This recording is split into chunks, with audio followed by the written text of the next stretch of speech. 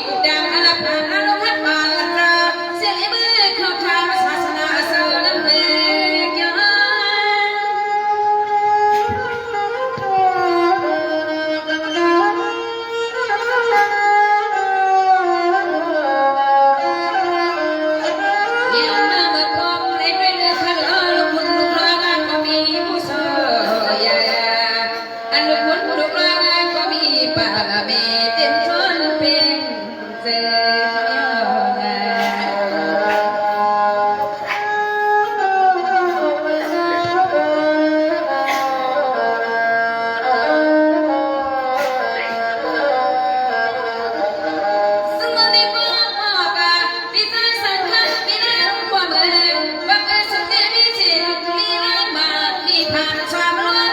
subscribe cho kênh Ghiền Mì Gõ để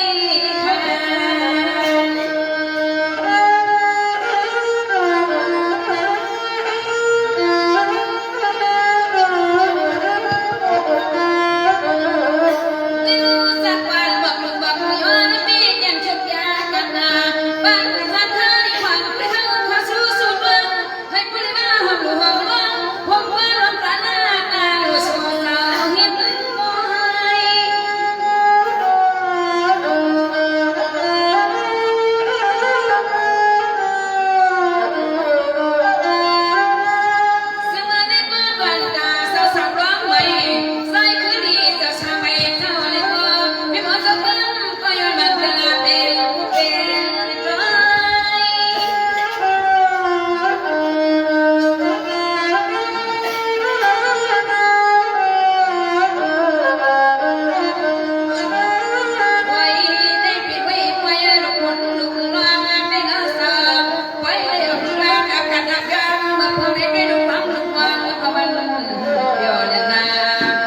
bỏ lỡ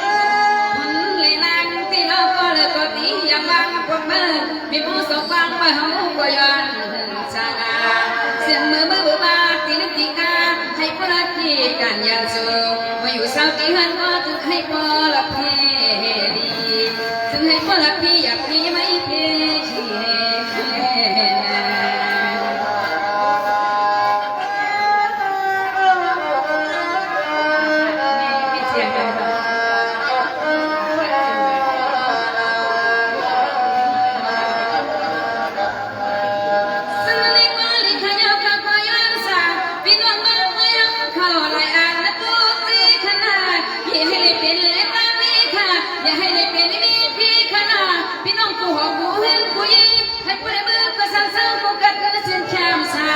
มังกรลักมังลงกลางลี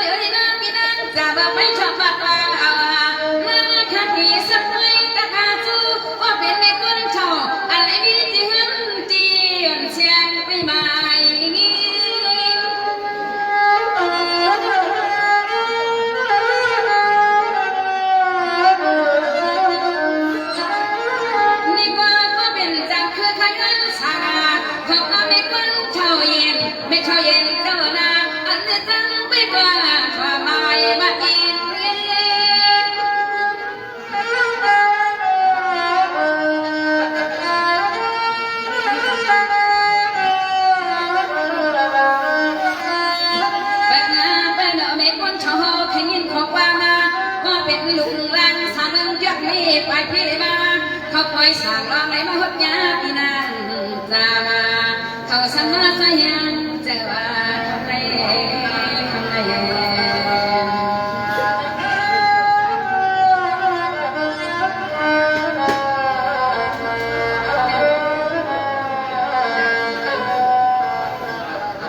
ซึ่งนี่ว่าพี่นางจามาส่งอันไม่ช่วยยังสาวสีตาหุ่นตาลีอยู่ลีกินบาลขนอ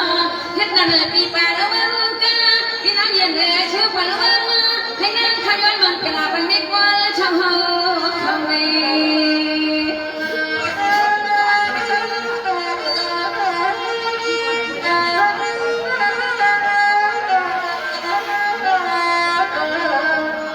อันนั้นมีกว่าชาวเสียงไปตั้งที่เฮือนตีกว่าในพ่อดอกพี่น้ำค่ะเอาความบ้านข้าซาไปในลูกวังไล่ขึ้นไล่ลงวันเด็ดด้วยนั่นเอาเจ้านี่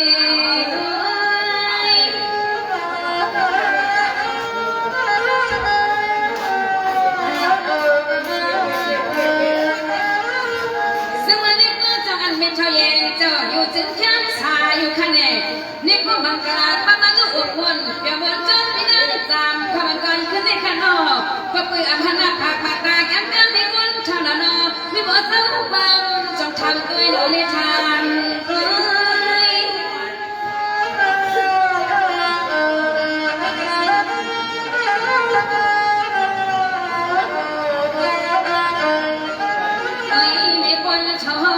ขอปามาว่าเป็นลูกลางห้องความลงกันจะเคยมันใครสวาอำลางอำลายตีเด็กน้องเด็กคนเธอสอโอ้ผู้โถใหญ่ซึ่งให้พวกทนมาปากสาวให้บันเลยเจอ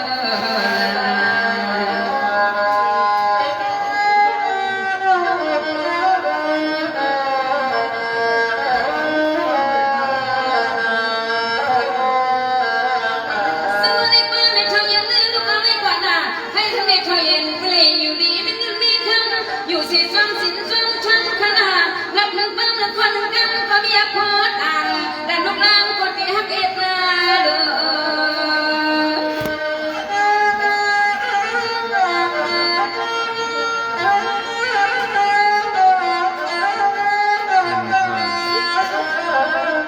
อันนั้นมีคนช่างเลยยินฟังฟังข้าลูกข้าหลานพากันว่าเลยยินคำในหัวซึ่งให้ผู้เล็กๆผู้ดีผู้นั้นผู้ดีมีลำเป็นพี่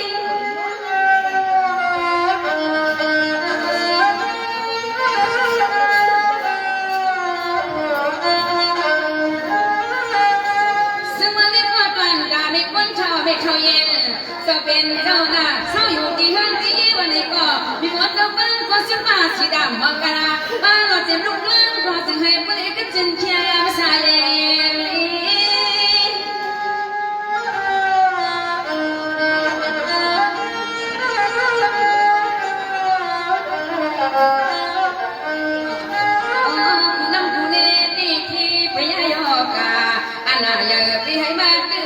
คนชาวโอ้เบียมีหมอสองกำก็ย้อนมันกะลาวางก็ไม่เห็นในซึ่งให้เพียงเจอเหตุนา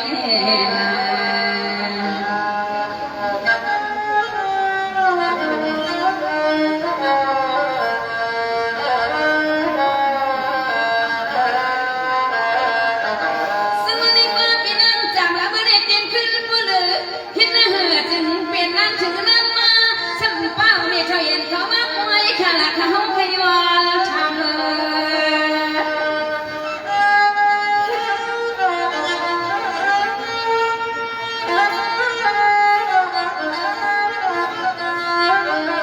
ลีเยาเจ้าเมียไม่ควรท้องค่ะเกียรติการทำขอป้าน้องนางจามาในก็ชามันร้องเกลียกว่าเพชรจะเหลือไม่ควรท้องจำว่าไปมันก็เดี๋ยวมีที่หันตีวันหังก็เดียว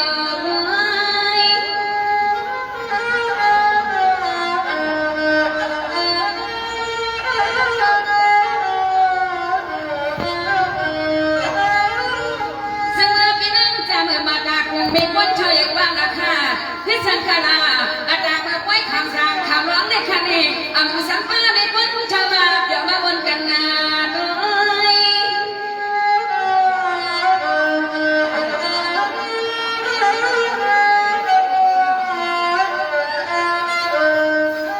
วันกับไว้ก็ขึ้นที่ในดอกกันลูกวันจะห้องก็มันไม่เดินนาเด็กกำพร้าเราเนี่ยก็ใครเป็นเดือดร้อนขึ้นอัมซาใครมองปานาแต่ใครไล่ลำอยู่ใครเออนา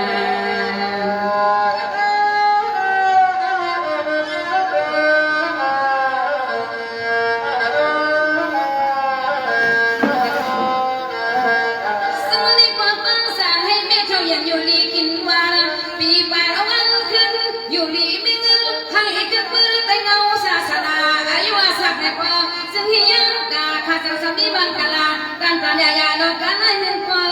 ไหน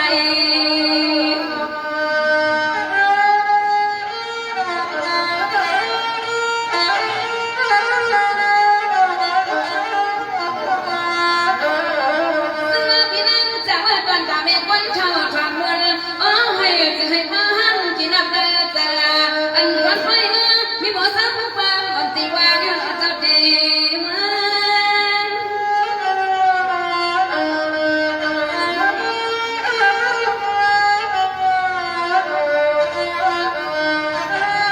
ซึ่งมาลูกเอาไว้ปานามังกลาลีมังกลาเมียน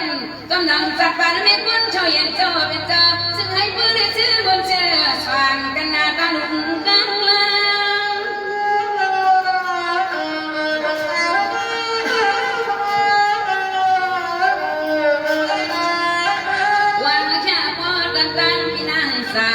เสียวขึ้นละจูพี่นางพี่น้องช่างเบิ่งจิตเขากะมาใจแห่งเจอเมื่อไกลนา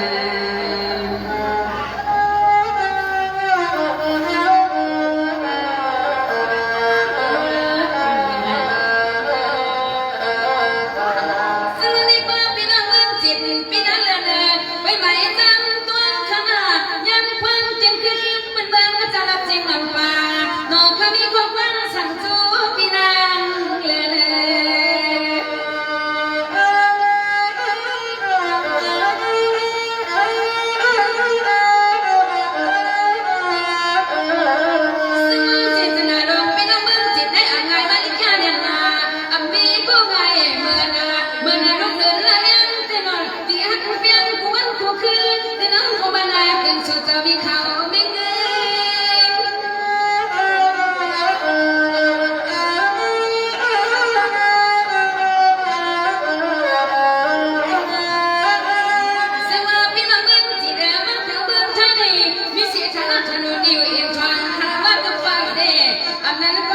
ไว้สั่งลองจะไว้กว่าน้องปีพี่น้องจะเมืองที่ได้จงสู่สังเตกว่ามือคืน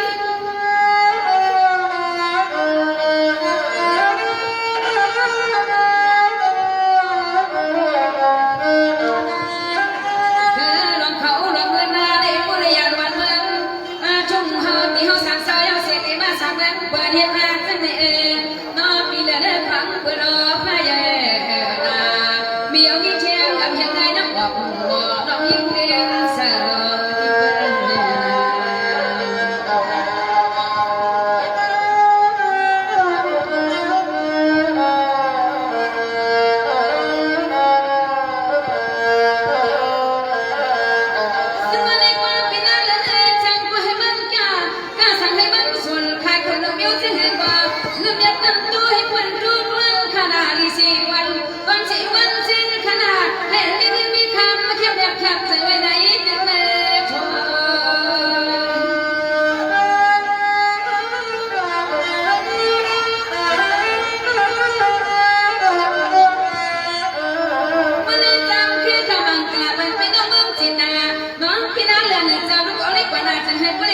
เชื่อว่าโอ้สันตันที่โกงเป็นมือเป็นผู้เล่นงี้เป็นผู้ในมือเป็นกระเบียก็อยากเป็นมิลิชัดเชกี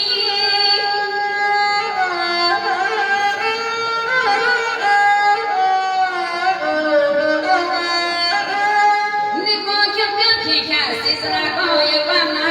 พี่น้าเรื่องเจ้าจึงจังละมันละมีเสียงที่ขยอเป็นเจ้าขาหน้าเมืองจิตเจ้าเปิ้ลมี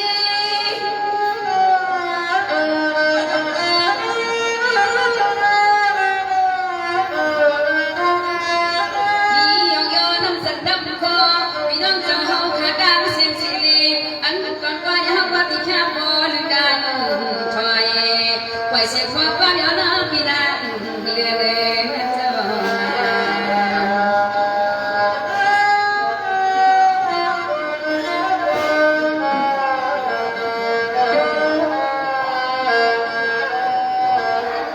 ซึ่งวันนี้ก็จำคือมุติยนตั้งขยอวิลมาตัวปนังช่วยคำมาช้ำถึงพี่มาคันในใครวันนั้นอันนาอันโน้ตที่รู้ตัวจากมาภายในมันใครวันนี้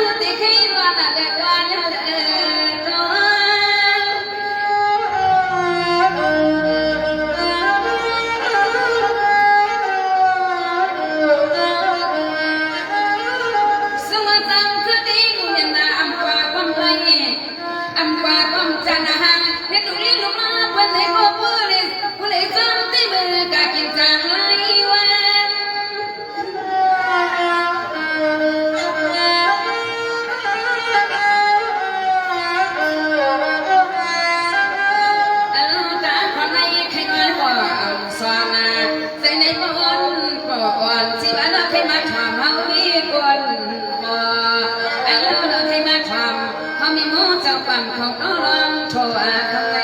นา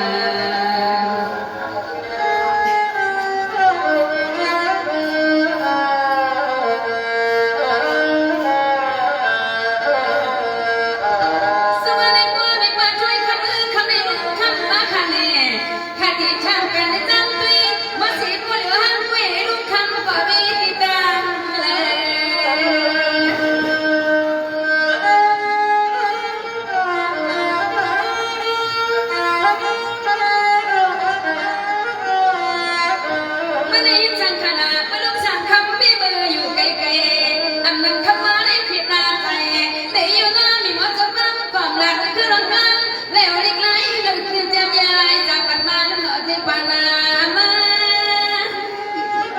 ยมีใครสัมผัสได้รู้เหมือนกันทั้งวันเลย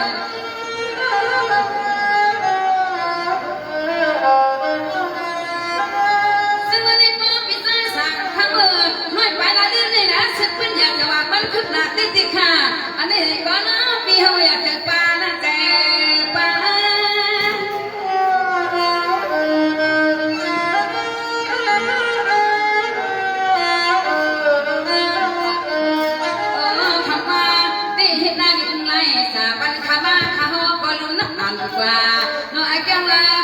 ในนอนความตั้งไม่ช่วยสิ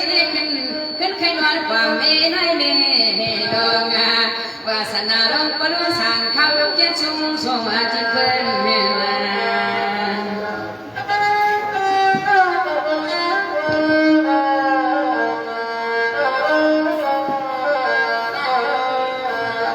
ซึ่งในป่าเป็นป่าเฮิร์นในป่าช่วยคำผู้จังให้เงินมีคำอยู่นักปลุกสั่งคำเมื่อตั้งใจตั้งพ่อสักพ่อลีในป่าอยากมีผู้จังคนตาอยากได้อยากตั้งขี่ตั้งไว้ขยอรวยไว้มาตีผู้ก่อนเอ็นบีไว้อำกูให้เงินจำช่วยมันก็ได้ความอำกูหาห้ามใจเงินที่ได้ทอง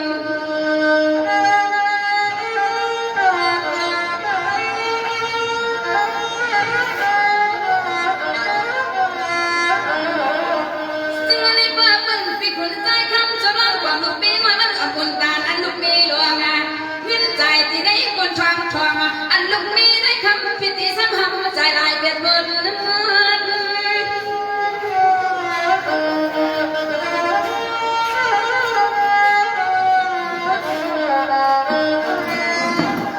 เมื่อเลี้ยวได้อยู่ซ้ำในป่าช่วยคำเจ้าว่าจะมีน้ำมันนาเมเป็นผู้ลุงชันข้ามยอดสีข้ามสีขา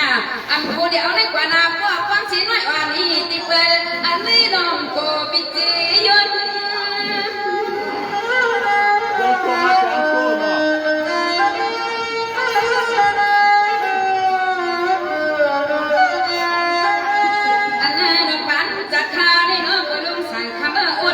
จะเย็นคอในน้อสักพอใครมีจังเลยก็ชอบกันใจกันขออยู่จะไม่ถอยขอเฮนา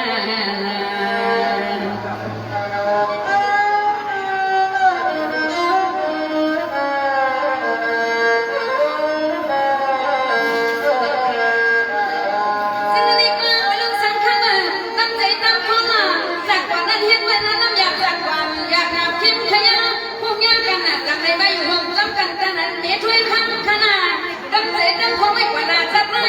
จัดหนาจัดที่ตะปวดขึ้นเกิดตัวมาจากหน้าจำขนาดจุดปีไม่คำเก่าเลยนะ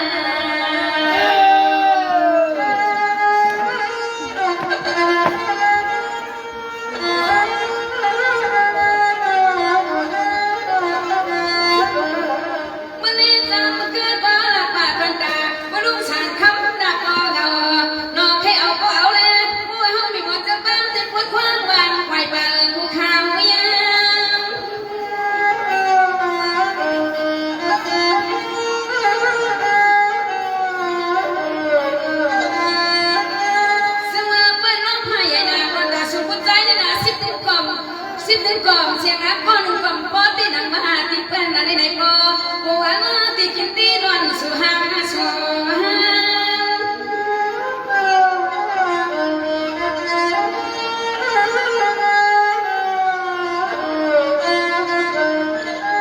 อาบน้ำจะน้ำคอที่มาซ้ำเมื่อใครนอนกว่ามีน้อยที่ว่า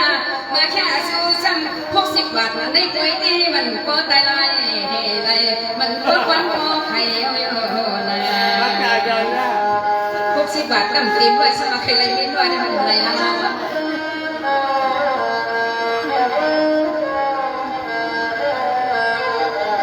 ซึ่งในป่าตัวสุตา60ที่อันเป็นการลังแค่มาจาก40ได้มันกองเต็มร้อยใครน้อยขอไม่น้อยในคนที่ไรกับมันเดียวยาวนา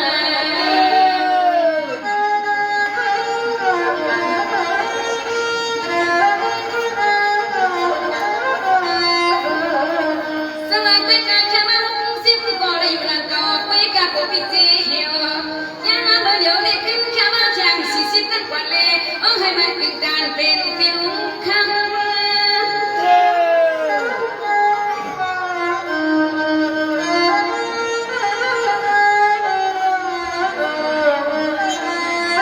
วันนี้ติดตั้งบนบ้านยอดสั่งต่อได้จะรับในปัตตาควันเขาสุขแบบการคันการเจอพี่น้องกันตั้งเสียเจอการการยาการได้หนึ่งกว่าไม่หมดต้องฟันติดกับเรื่องเจ้าเด็ด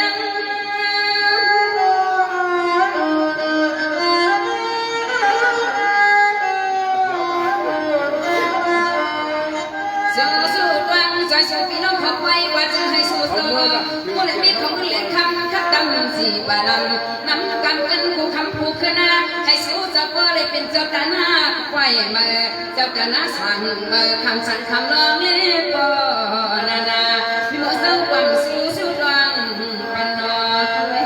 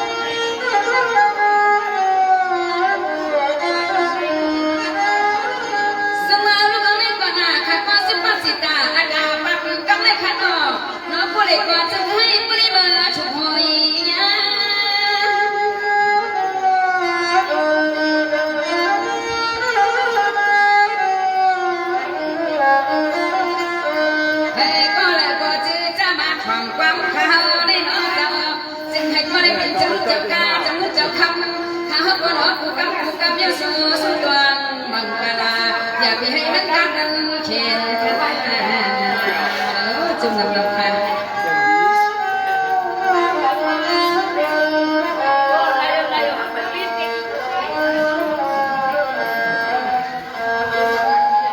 ซึ่งวันนี้ก็จำคืนสุบันไม่ต้องมาไปต่างกันอย่าแค่ว่ากันในหนึ่งวันขั้นมาก็ไม่ขาดอีกซ้ำขึ้นแล้วจู้เจ้าเสียขับเสียงข้าวซอยสีเกียรติมันจะพอวันกลายมาแค่ยังชูกันเลย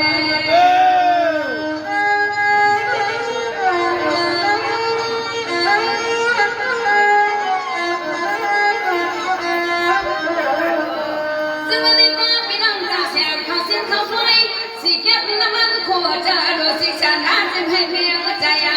ใครที่ไหนก็นั้นลำอยากวันต้นให้ไม่ได้มือฉันทวงต้องทวงมือ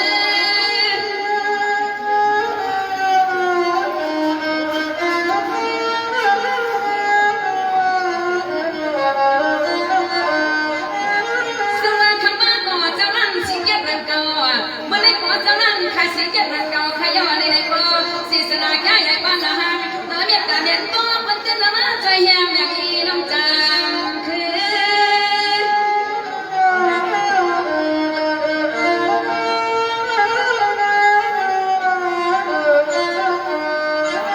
เขาขาดดีฉันเบื่อเอาคำนี้กันนั่นกะมีมีสักทีเราใครล้างขาใครขอเสียงเขาซอย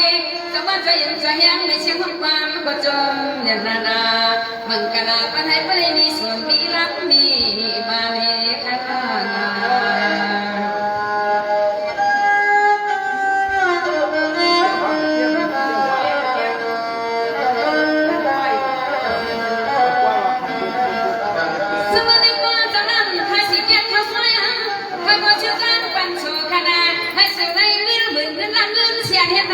ให้ผู้รับใช้ยามผู้ยามแก่ที่ในวันกามาปฏิให้ทั้งจำคือก็สู้ว่าจะตาหังกะลาเบียให้เสียงก็จึงให้มือเลยเงินมาดำมือ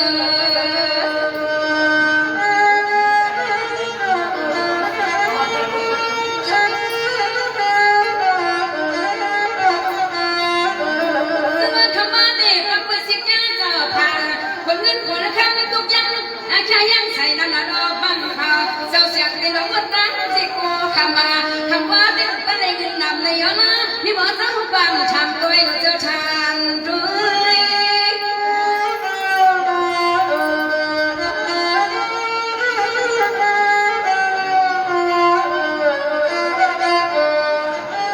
สำหรับต่อไปน้ำใจดีกันนะสำหรับเขาเส้นเขาซอยได้ค่ะเด้อันนี้ใครก็อำว่าใครก็บารมีเงินนำอำว่าอันนี้ก็จะมาถูกตาหน้ามาติขยอเจตนาเขาในบ้านแก่ใส่จะย่อย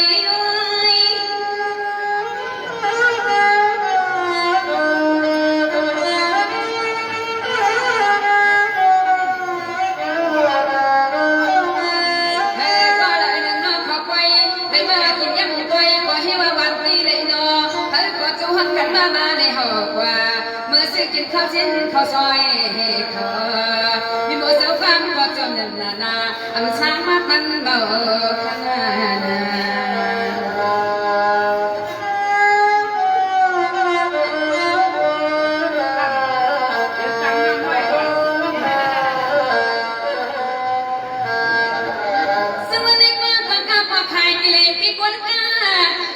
ที่กัดแห่บ้านใจมาไข่ในไม้เขาจึงให้พ่อได้ออกแนว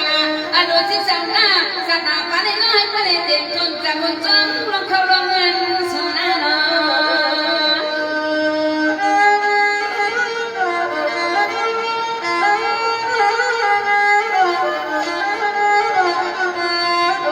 มันจำคือจงแผ่ใจที่ขยาวโซ่ไข่น้ำแฉงเขาเส้นเขาซอยจะมีมิตรมาใหญ่ใจคิดเองสุขภาพใจห้ามมีร้อนมันมาห้างฟ้ามันกระปันหัวจี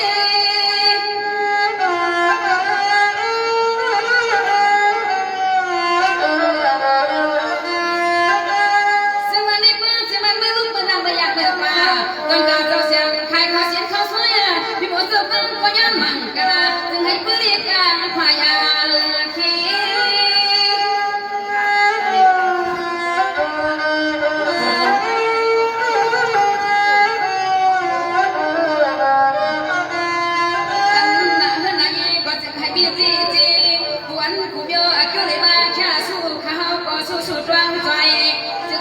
เป็นเจ้าเจ้ากาเจ้าเขาเจ้าอันลูกดาเปิงจะทำเปิงกินเร็วเดินที่ในสิบคนเช้าเลย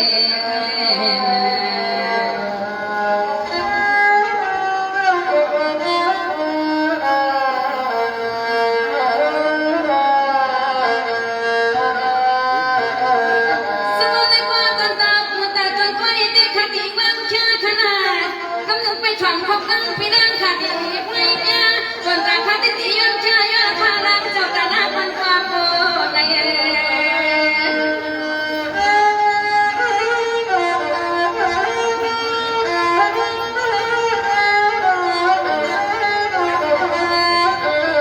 สมองสมตาหน้าไปหน้าแมวเมื่อสองขึ้นขยอโนโดยเปลี่ยนใจอันคำขึ้นในห้องก็ยังฟังอารมณ์ติดมือหอบเต็ม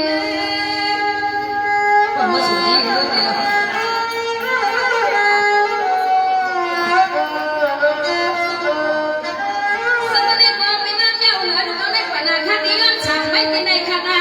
สุสานกินไม่กินไม่ดูคำสารคำร้องจึงให้ก็ปีซ้ำเรื่องนี้ร้องจางตะคือ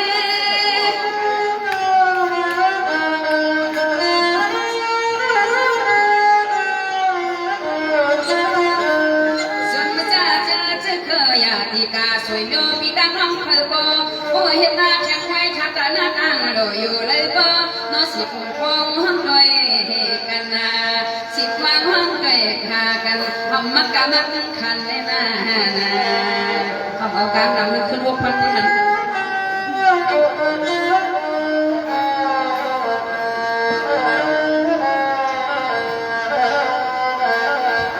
สมัยในความว่าฉันมาลักนะว่าไม่ว่าสามเดือนเจ็บชิน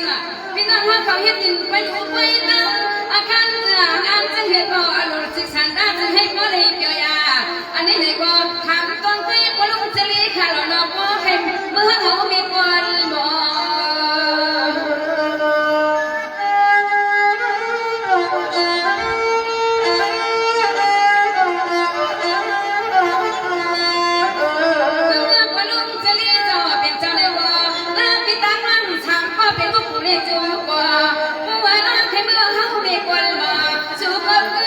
มาเสียกันละกันเดียนที่คนจะตีโอ้โหมาสามคน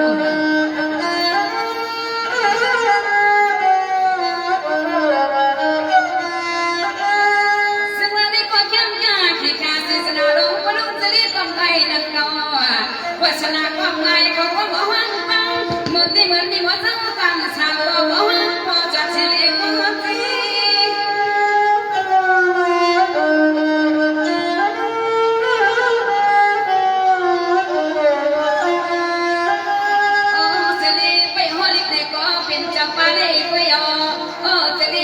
ไป ว่าก็เป็นเจ้าป่านี่โอ้จะรีไปสีตะลันไก่ก็ไข่มันหอมแต่ก็เป็นเจ้าป่าได้กันเร็วใครเอาก็นา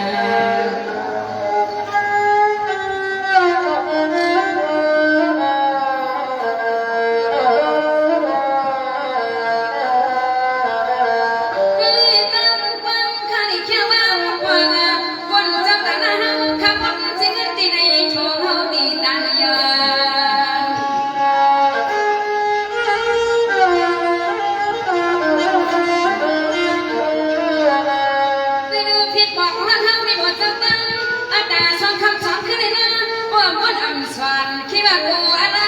มุน